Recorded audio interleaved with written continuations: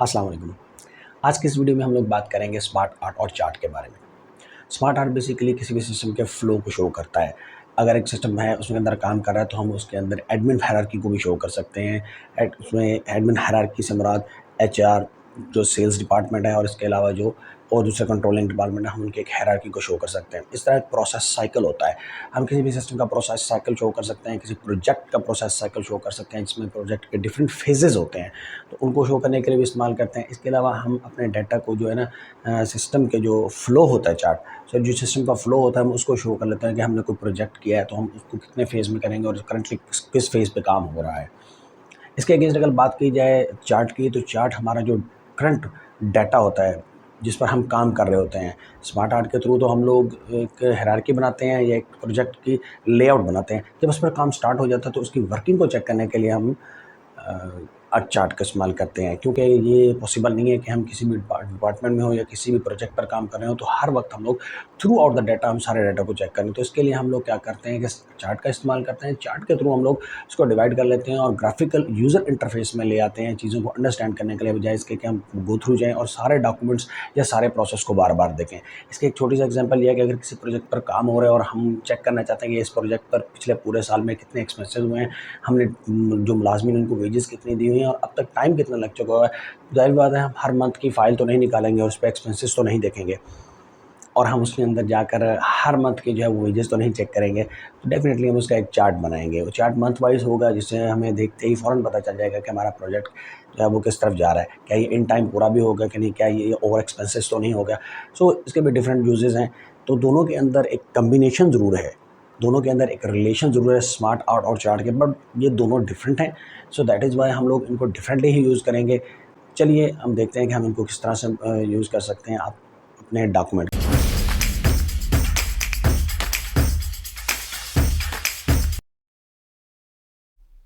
सबसे पहले हम लोग जाएंगे स्मार्ट आर्ट पर क्लिक करेंगे और एक आर्ट लेंगे। स्मार्ट आर्ट पर क्लिक किया तो हमारे पास एक छोटी सी विंडो खुली है। इसके अंदर डिफरेंट स्टाइल के जो स्मार्ट आर्ट्स हैं, कोई भी एक हम स्मार्ट आर्ट ले लेंगे जो हमारी अकॉर्डिंग टू नीड होगा। हम इस लिस्ट के अंदर से डिफरेंट स्टाइल ले सकते हैं। हम यहाँ से एक टैप चैट लिस्ट लेंगे और हमारे पास टैप चैट लिस्ट जो है वो आ चुकी हुई है।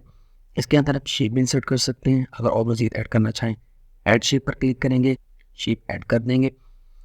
जैसे ही ऐड करेंगे एक शेप ऐड हो गया। अब इसके अंदर हम टेक्स्ट लगा सकते हैं और टेक्स्ट लगाने के लिए हम नीचे ऐड बुलेट्स का ऑप्शन है, वहाँ से हम लोग इसके अंदर जितने भी बुलेट्स लगाना चाहें या जितनी लाइन लगाना चाहें, हर लाइन के लिए एक बुलेट जो है वो लगाएंगे। हम टेक्स्ट लिखते हैं, इसके बाद दो टेक्स्ट और इंसर्ट कर लेते हैं, टेक्स्ट 2 और टेक्स्ट 3 के नाम से। हम लोग ने इसके अंदर टेक्स्ट 2 और टेक्स्ट 3 ऐड करना है और ये टेक्स्ट 2 और टेक्स्ट 3 हम लोग इसके अंदर ऐड कर रहे हैं। नेक्स्ट ऑप्शन हमारे पास इसके पास प्रोमोट और डीमोट का। प्रोमोट में जो है वो एरो बैक की तरफ है, तो जो नेक्स्ट शेप है वो पिछली वाली शेप में मर्ज हो जाएगी और एक हो जाएगी। और इसी तरह जब हम डीमोट करेंगे तो टेक्स्ट जहाँ पर हमारा कसर होगा वहाँ से वो कट ऑफ करके अगली एक नई शेप बना देगा, उसके अंदर इंसर्ट कर देगा इसके अंदर, और इसमें एक इजाफा हो जाएगा। हम इसको अप्लाई करके देखें, प्रमोट और डीमोट का इफेक्ट देख रहे हैं कि प्रमोट से जो है वो कम होंगे और डीमोट से जो है ये बढ़ते चले जाएंगे। ये उल्टा चल रहा है, प्रमोट से बढ़ेगा नहीं, कम होगा, और डीमोट से बढ़ेगा। इसमें कंफ्यूजन नहीं होनी चाहिए आप लोगों को। इसी तरह जो हमारे पास टेक्स्ट है किसी भी फील्ड के अंदर, ये शेप के अंदर, उसके अप एंड डाउन का ऑप्शन है, हम उसको अप एंड डाउन कर सकते हैं। नेक्स्ट हमारे पास है स्टाइल का ऑप्शन। स्टाइल में जाकर हम अपनी जो लिस्ट बनी हुई है इसके अंदर चेंजेस कर सकते हैं। कोई और स्टाइल का हम जो है वो स्मार्ट आर्ट लेना चाहें तो इसमें कोई टेंशन नहीं है। हम अकॉर्डिंग टू अपनी नीड जो भी हमें रिक्वायर होगा हम वो जो सेलेक्ट कर लेंगे और डिफरेंट लेने के तक हम डिफरेंट जो है वो सिलेक्ट करने की कोशिश कर रहे हैं और हो रहे हैं। नेक्स्ट हमारे पास इसका है थीम, ये इसका स्टाइल समझ लें। स्टाइल में इसके पास हमारे पास जो है वो 3D शेप्स भी हैं। कलर में जाएंगे तो डिफरेंट कलर्स है, कोई एक कलर लेंगे तो ये डिफरेंट डिफरेंट कलर्स बिहेवियर दिखाएगा। उसी कलर के अगेंस्ट इसका स्टाइल भी चेंज हो जाएगा। स्टाइल में जितने भी स्टाइल थे स्टाइल तो वही रहेंगे, लेकिन जो कलर हम चूज़ करेंगे वो उस पर आ जाएगा। एक अप्लाई करते हैं, इस कलर को अप्लाई करके देख लेते हैं।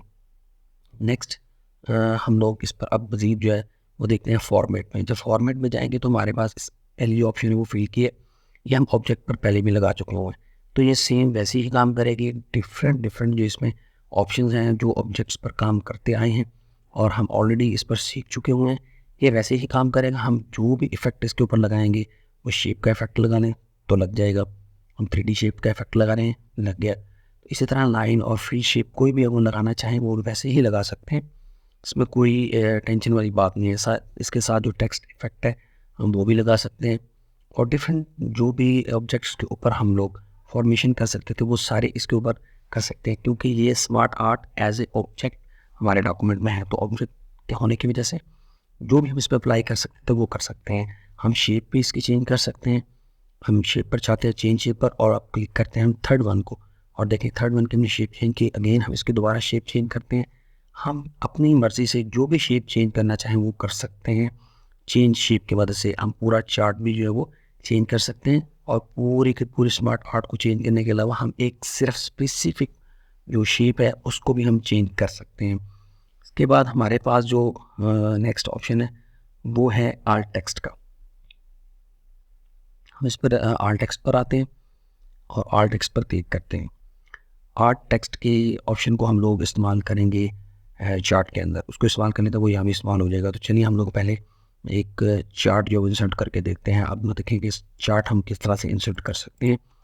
हम लोग चार्ट पर आएंगे, क्लिक करेंगे, और इसमें भी हमारे पास डिफरेंट चार्ट्स हैं। ये बेसिकली डाटा की जो डाटा होता है उसकी ग्राफिकल रिप्रेजेंटेशन के लिए होता है। इसमें हमें एक समरी मिल जाती है हमारे डाटे की। जो हमारे पास कोई भी फील्ड का डाटा होता है, अपनी ऑफिशियल जो है ना फील्ड से रिलेटेड कोई भी डाटा हो, हम एक पे क्लिक करते हैं, हमारे पास ये एक बन चुका हुआ है। इसके साथ एक छोटी सी जो है वो विंडो खुलेगी जिसमें एक्सेल की फाइल साथ में होगी।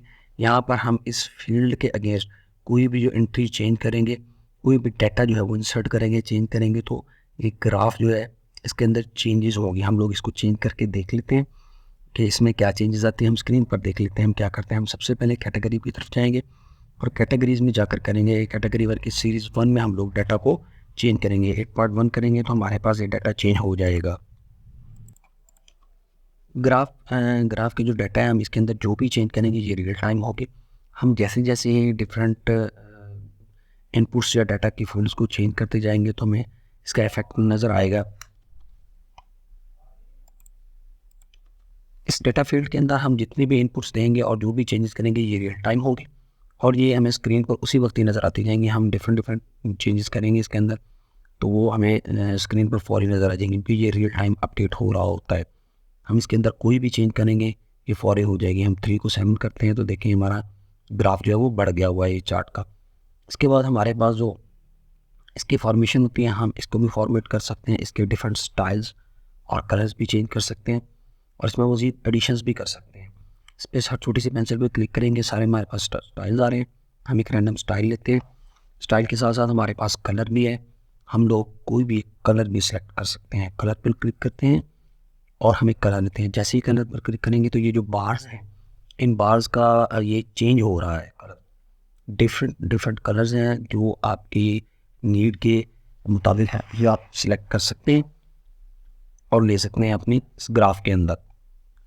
इसके साथ पोजीशन है, पोजीशन भी ले सकते हैं, और फ़िल्टर है, फ़िल्टर लगाकर हम किसी भी कैटेगरी को फ़िल्टर भी कर सकते हैं, बड़ा या कम भी कर सकते हैं। इसकी मज़ीद अगर हम इस पर क्लिक करें तो इसका एक नया जो है वो टैब खुलेगा। टैब के अंदर इसके स्टाइल्स होंगे, डिफरेंट स्टाइल्स हैं। हम इसी स्टाइल के ऊपर रहते हुए इसकी डिफरेंट जो है वो रिप्रेजेंटेशंस जो है वो उनको सेलेक्ट कर सकते हैं कि अकॉर्डिंग टू हमारी नीड ही होगा कि जो हमें चाहिए होंगे उसी के मुताबिक करेंगे। इसके साथ फॉर्मेट हो गया, ऐड चार्ट के एलिमेंट्स होंगे। एलिमेंट्स में हम कुछ भी ऐड कर सकते हैं। हम देखें हम एलिमेंट में जाएंगे तो ये बेसिकली क्या होगा कि इस छोटे से चार्ट के अंदर डिटेल्स को ऐड करेगा। हम इस पर जाते हैं, देखिए जैसे ही जाते हैं तो साइड पे, लेफ़्ट पे या राइट पे या बॉटम में हमारे पास डिफरेंट जो है ना वो इन्फॉर्मेशन आना शुरू हो जाती है। एडिशन, हम जितनी भी इंफॉर्मेशन ऐड करना चाहें वो अपने इस चार्ट के अंदर हम लोग ऐड कर सकते हैं कि हमारे डाटे की ग्राफिकल जो है वो इंटरप्रिटेशन होनी चाहिए। हमें पूरा डाटा नहीं देखना पड़े, ग्राफ देखकर इजीली आइडिया हो जाए। जो फील्ड्स में ऐड करना चाहेंगे हम कर सकते हैं। इट्स अप टू यू कि आप जो इसमें ऐड करना चाहें वो कर सकते हैं, और जिसको आप स्किप करना चाहें वो स्किप कर सकते हैं। डिफरेंट ऑप्शंस हैं, जिस ऑप्शन पे जाएंगे आपको डिफरेंट जो है उसकी रिप्रेजेंटेशन जो है वो मिलेंगी। कोई भी एक ले सकते हैं, और देखिए इसमें चेंजेस हो रही हैं। इसके साथ कलर है, हम कलर भी चेंज करना चाहें तो कलर भी चेंज कर सकते हैं। अब आते हैं डाटा सिलेक्ट की तरफ। तो ये सिलेक्ट डाटा होता है, सेलेक्ट डाटा पे हम जाके इसमें डिफरेंट जो है वो कैटेगरीज जो है उसके अंदर मज़ीद एडिशन भी कर सकते हैं और डिलीशन भी कर सकते हैं। हम एक कैटेगरी और ऐड करके देख लेते हैं इसमें ऐड होती है कि नहीं। ऐड पर क्लिक करेंगे और कैटेगरी 4 के नाम से एक कैटेगरी हम ऐड कर लेते हैं। इसमें सीरीज़ हैं, हम जितनी सीरीज़ ऐड करना चाहेंगे वो भी हो जाएगी। तो हम सीरीज़ इसमें वही रहने देते हैं जो पहले वाली है। कैटेगरी 4 करके एक ही करेंगे, ओके करेंगे तो हमारे पास एक और जो है वो इसके अंदर डाटा लाइन में जो ऐड हो जाएगा। ये ब्राउन कलर का आप देख सकते हैं, डिफरेंट है। आप सीरीज़ में ऐड करना चाहें सीरीज़ में ऐड कर सकते हैं, कैटेगरी और ऐड करना चाहें तो इसमें कैटेगरी भी और ऐड हो सकती है। इसका हम चेंज करके देख लेते हैं डाटा। हम जैसे ही डाटा चेंज करेंगे तो इसके अंदर बार जो है वो मूव करेगी डाटा के अगेंस्ट, उसमें जितना भी डाटा हम लोग डालेंगे हम इसमें कम या ज़्यादा अकॉर्डिंग टू नीड है करेंगे। जो हमारे पास डाटा अवेलेबल होगा ऑफिशियल उसी के मुताबिक बनाएंगे, तो इसको हम लोग उसी हिसाब से बना सकते हैं। अब इसको क्लोज करते हैं।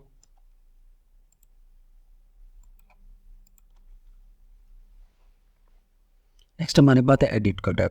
एडिट के टैब के थ्रू हम लोग अपने डाटे को एडिट कर सकते हैं। इस पर क्लिक करेंगे तो वही विंडो खुलेगी एक्सेल की जिसके अंदर हमारे पास ऑलरेडी डाटा है। ये डाटा कम या ज़्यादा हो सकता है, उसी हिसाब से होता है। चेंज टाइप पे जाएंगे तो हम इसकी टाइप चेंज कर सकते हैं।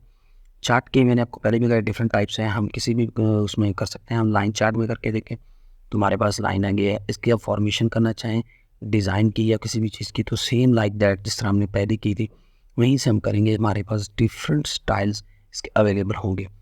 हम पाई चार्ट में आ जाएं तो हमारे पास पाई चार्ट की भी डिफरेंट रिप्रेजेंटेशन है। हम सर्कुलर में आते हैं तो हमारे पास सर्कुलर में आ जाएगा, सेलेक्ट कर लेते हैं। इसके बाद हम इसके स्टाइल में चले जाएँ डिज़ाइन में, तो इसके भी डिफरेंट डिज़ाइन है। जो डिज़ाइन सेलेक्ट करेंगे उसी के अकॉर्डिंग हमें डाटा रिप्रेजेंटेशन जो होगी वो दिखाई देगी।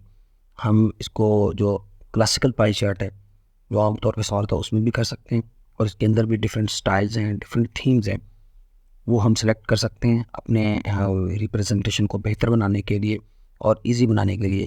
कोशिश ये करें कि जब ग्राफिकल आप बना रहे हैं वो रिप्रेजेंटेशन अपने डाटे की तो उसको इतना इजी रखें कि पढ़ने वाले को इजीली अंडरस्टैंड हो जाए। ज़्यादा कॉम्प्लेक्स बनाने की ज़रूरत नहीं है, वरना काफ़ी जो है उसमें कॉम्प्लिकेशंस आ जाती हैं। लेकिन हम लोग फिर भी इसमें करके देख लेते हैं कि हम एक कॉम्बो जो है वो चार्ट लेके देख लेते हैं। कॉम्बो चार्ट में हमारे पास बहुत ज़्यादा इन्फॉर्मेशन आ जाएगी, डिटेल्ड इन्फॉर्मेशन होगी, ये ज़्यादा कॉम्प्लेक्स होगा तो इसको नॉर्मल लाइफ में यूज़ तो नहीं करना चाहिए, लेकिन जहाँ ज़रूरत हो वहाँ लाजमी ज़रूर करें। यहाँ पर हमारे पास कॉम्बो में डिफरेंट स्टाइल्स हैं, कलर थीम्स हैं। अच्छा, यहाँ पर एक चीज़ ये है कि इसके अंदर जो टेक्स्ट आ रहा है वो बार के ऊपर आ रहा है। ये टेक्स्ट कैटेगरी वाइज डिफरेंट होता है। हम किसी भी एक कैटेगरी के टेक्स्ट पर क्लिक करके जैसे ही इसका स्टाइल चेंज करेंगे तो ये उसी कैटेगरी का स्टाइल चेंज होगा, दूसरा नहीं। और इस पर मज़े की बात ये है कि हम लोग वर्ड आर्ट भी लगा सकते हैं। हम एक वर्ड आर्ट अप्लाई करते हैं, वर्ड आर्ट पर क्लिक करते हैं, हम एक कैटेगरी चूज़ कर लेते हैं किसी भी एक कैटेगरी पर और वर्ड आर्ट अप्लाई कर देते हैं। देखिए हमने अप्लाई कर दिया, ये हमने पूरे चार्ट पर किया। अब हम अगर इसी चार्ट के अंदर रहते हुए किसी भी एक टेक्स्ट को सिलेक्ट करें, किसी भी एक टेक्स्ट को या कैटेगरी को सिलेक्ट करके दोबारा उस पर लगाएं तो ये देखें इसी उस कैटेगरी को ही और सीरीज़ को ही चेंज करेगा, किसी और को चेंज नहीं करेगा। लेकिन पूरे चार्ट को सिलेक्ट करने के बाद अगर हम लोग इस पर आर्ट लगाते तो पूरे का पूरा जो इसका स्टाइल चेंज हो जाएगा। हम लोग इसमें हमारे पास ऑप्शंस हैं, हम पूरे ग्राफ को चेंज करना चाहते हैं या कैटेगरी वाइज हम इसको चेंज करना चाहते हैं तो ये उसी हिसाब से ही चेंज होगा। ये अकॉर्डिंग टू नीड होगा हमारी ऑफिशियल यूज़ में कि हमें किस तरह की इसकी रिप्रेजेंटेशन जो है वो डाटा की चाहिए।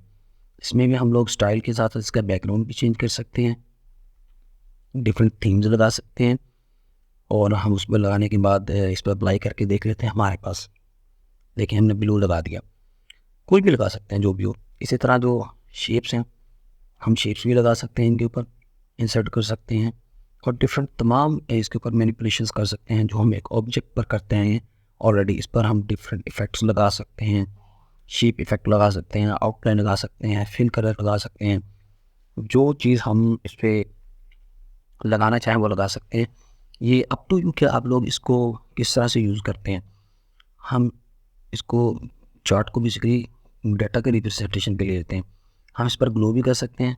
हम आउटर जो है वो चार्ट को सिलेक्ट करेंगे और उस पर एक ग्लो लगाएंगे ताकि हमें इफेक्ट नजर आए कि अप्लाई होता भी कि नहीं। देखें हम इस पर अप्लाई किया तो इसके ऊपर पिंक कलर का जो ग्लो है वो आ चुका हुआ है। ये इट्स अप टू यू आप चार्ट या स्मार्ट आर्ट कौन सा इस्तेमाल करते हैं अपने डाटे के लिए। लेकिन यहाँ पर ये बात वाज़ेह है कि स्मार्ट आर्ट जो है वो हाँ सिस्टम फ्लो के लिए होता है। कोई भी प्रोजेक्ट या उसका फ्लो जो होता है उसको रिप्रेजेंट करता है कि ये काम किस तरह से हो रहा है, कोई भी एक काम हो रहा हो। और जो चार्ट होता है ये बेसिकली डाटा की रिप्रेजेंटेशन होती है ग्राफिकल। आपने इसमें वही डाटा इस्तेमाल करना है, इसमें वही चार्ट इस्तेमाल करना है, वही स्मार्ट आर्ट इस्तेमाल करना है जो ईजी टू अंडरस्टैंड हो, कॉम्प्लेक्स करने की ज़रूरत नहीं है।